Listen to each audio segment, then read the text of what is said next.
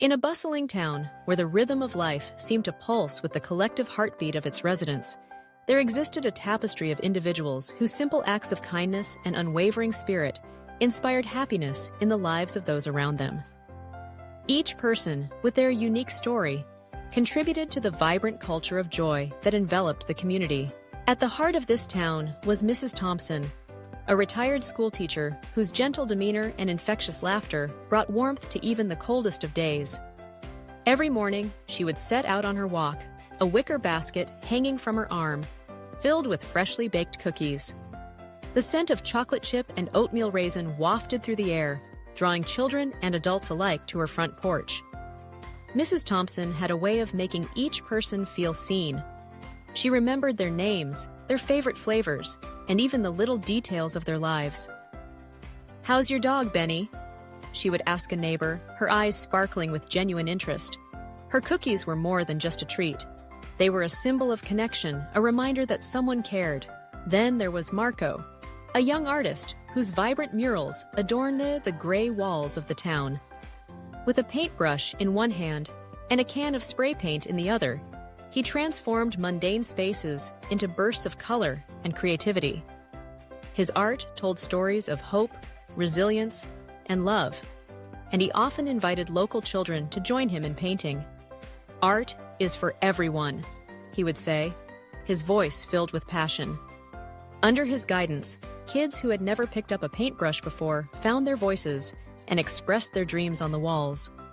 The joy in their laughter echoed through the streets as they splashed colors, creating a sense of ownership and pride in their community. Marco's murals became a canvas of happiness, inviting passersby to pause and appreciate the beauty that surrounded them. In the corner of the town square stood the little cafe owned by Nora, a woman with a knack for brewing the perfect cup of coffee and an even greater talent for listening. Nora had an uncanny ability to sense when someone needed a chat or a comforting presence. Regulars would often find solace in her cafe, sharing their stories over steaming mugs of cocoa or lattes.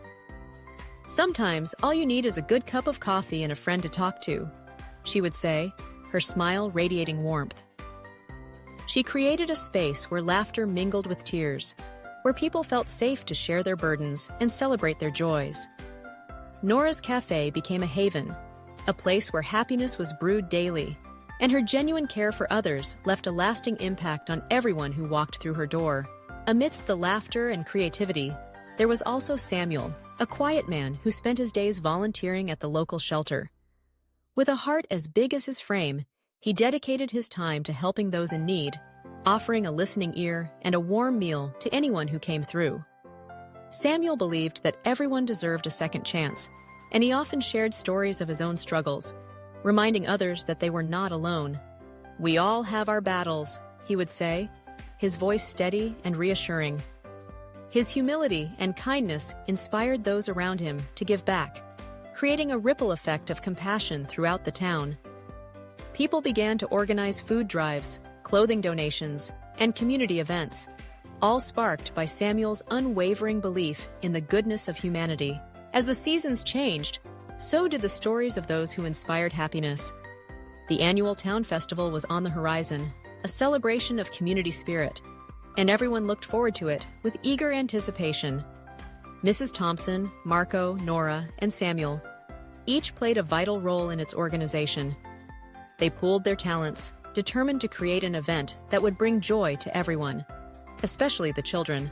Mrs. Thompson baked an array of treats, her kitchen filled with the sweet aroma of cookies and cakes. Marco painted vibrant banners that adorned the festival grounds, transforming the park into a colorful wonderland. Nora set up a cozy corner where people could share their stories and connect over cups of her famous hot chocolate. Samuel coordinated efforts to ensure that no one went hungry, rallying volunteers to serve meals and distribute care packages. The day of the festival arrived, and the sun shone brightly, casting a golden hue over the festivities. Laughter echoed through the air as families gathered, children ran freely, and friends embraced. The joy was palpable, a testament to the hard work and love poured into the event. As people wandered from booth to booth, they were greeted by smiles and laughter, each interaction a thread weaving the fabric of happiness that enveloped the town. In a moment of reflection, Mrs. Thompson stood back, watching the scene unfold. She saw children sharing cookies, their faces smeared with chocolate, and families coming together, united by the spirit of community.